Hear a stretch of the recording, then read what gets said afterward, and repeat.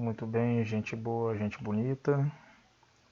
Continuemos vendo sobre alguns elementos das convenções cartográficas. Vimos os principais elementos constituintes, da correta leitura de um mapa ou de uma projeção cartográfica. Nós vimos, por exemplo, que o mapa é um tipo de texto e, como texto, ele deve ser devidamente lido de acordo com suas informações. Informações essas que, a princípio, além do desenho central que nós visualizamos e que nem sempre nos dá a informação correta, nós começamos a ver as informações pelo título. Após o título, vamos à legenda. Da legenda, vamos à orientação. Da orientação, temos também as fontes, as coordenadas geográficas e a escala.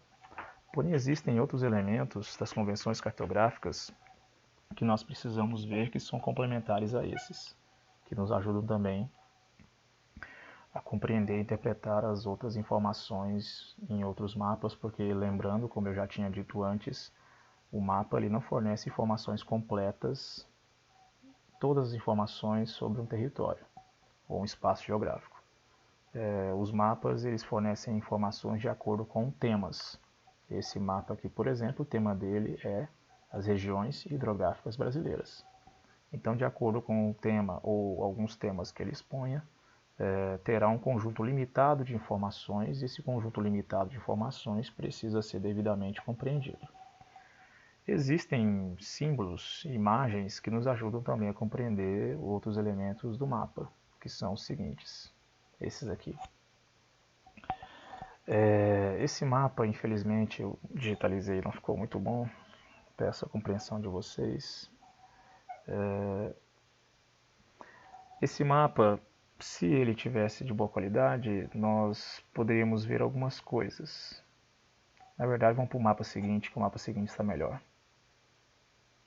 Esse, exatamente. Esse mapa, o título dele mostra Brasil Político. Mostra a divisão interna do território brasileiro, os 26 estados e o DF, as capitais estaduais e Brasília como capital federal. Como é que nós diferenciamos as capitais brasileiras, as capitais estaduais, da capital federal? As cidades são representadas por símbolos diferentes. Nesse caso específico, pela legenda, essa bolinha com um pontinho preto no centro representa o quê? Capital estadual. Então aqui a capital estadual de Goiás, Goiânia, representada por uma bolinha preta com um pontinho preto dentro. Belém do Pará, um círculo, com um pontinho preto no meio. Porto Velho, capital de Rondônia, um pequeno círculo com um pontinho preto no meio. E todas as capitais estaduais são representadas dessa maneira de acordo com a legenda que nós temos aqui no canto inferior esquerdo. A capital federal é representada nesse caso específico por uma estrela de 5 pontas, e pelo menos na maioria dos mapas que eu já vi até hoje, as capitais federais ou as capitais nacionais dos países são representadas por uma estrela de 5 pontas. Ou às vezes um círculo amarelo com um pontinho preto no meio. Vai depender da legenda que o cartógrafo coloque no mapa que ele oferece a você. Mostra também umas linhas escuras mais intensas que delimitam os limites internacionais ou as fronteiras entre os países. Linhas menos estreitas, aliás, mais estreitas, linhas mais finas, que são as fronteiras ou os limites estaduais internos ao Brasil. Porém, um detalhe chamativo aqui são essas linhas vermelhas que cortam irregularmente o território brasileiro e que, pela legenda, são representadas pelas rodovias. Rodovia é diferente de estrada. Estrada é uma via de terra. Rodovia é uma via que tem massa asfáltica. E as rodovias são classificadas em 2 tipos, as federais e as estaduais.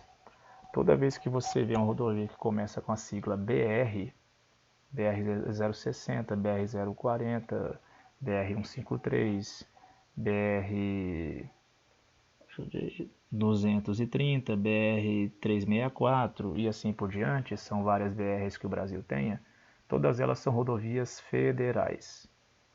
É o governo federal que pavimenta essas rodovias E essas rodovias, elas têm a função básica de ligar as capitais brasileiras à capital federal, no caso Brasília, e também ligar as grandes capitais brasileiras entre si.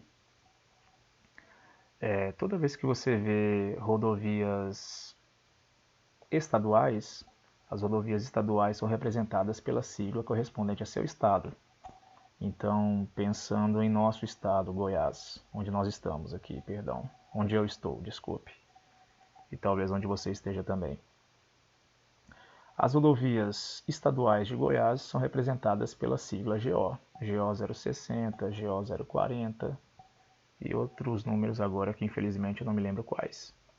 As rodovias estaduais do Mato Grosso seguem a mesma lógica, ou seja, MT 060, MT 040, caso tenham por esses números, e o Pará, lá no Parazão, é PA 020, PA 040, PA 060 e por aí vai. Ou seja, as rodovias estaduais são representadas pelas siglas dos estados, enquanto as rodovias federais, essas que estão representadas por linhas vermelhas, mostram as rodovias federais, que ligam as capitais estaduais entre si e ligam as capitais estaduais à capital federal, no caso, Brasília.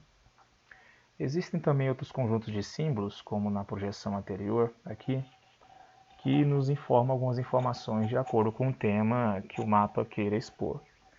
Esse mapa, pelo título dele, mostra Brasil, situação de domicílio, ou seja, o percentual de pessoas que moram em domicílios urbanos. Aqui nós temos um gráfico em forma de pizza, que eu esqueci o nome específico dele, me perdoem.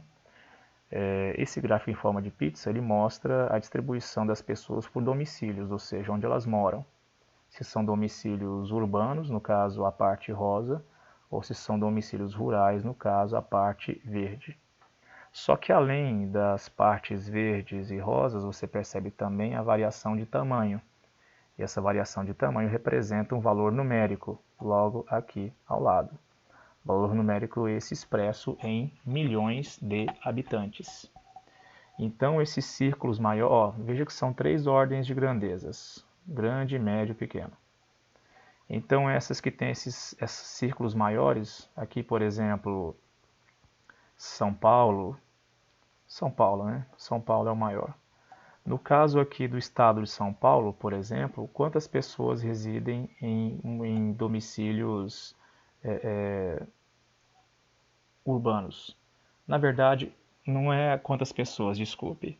É quantos domicílios ou quantas casas ou residências urbanas existem em São Paulo e quantas residências rurais. No caso, o total de residências ou domicílios em São Paulo aqui tem um total de mais de 19 milhões e meio. Majoritariamente os domicílios paulistas são urbanos e uma pequena minoria são rurais. E assim não varia muito, aliás, tem variações consideráveis de acordo com os estados, né? Por exemplo, estados com poucos domicílios, Roraima, aqui. Roraima está na ordem dos que têm os menores, ou seja, no máximo 733.559 domicílios, ou seja, quantidades de residências onde as pessoas moram.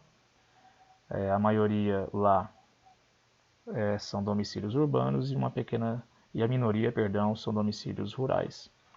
Aqui onde os domicílios rurais se destacam, por exemplo, são na Bahia e lá no Pará, ou no Parazão. Aqui na Bahia, por exemplo, você percebe que mesmo sendo maioria os domicílios urbanos, os domicílios rurais também são consideráveis e aqui no Parazão também. Pois bem, no próximo vídeo nós veremos especificamente sobre os tipos de mapas. Até a próxima.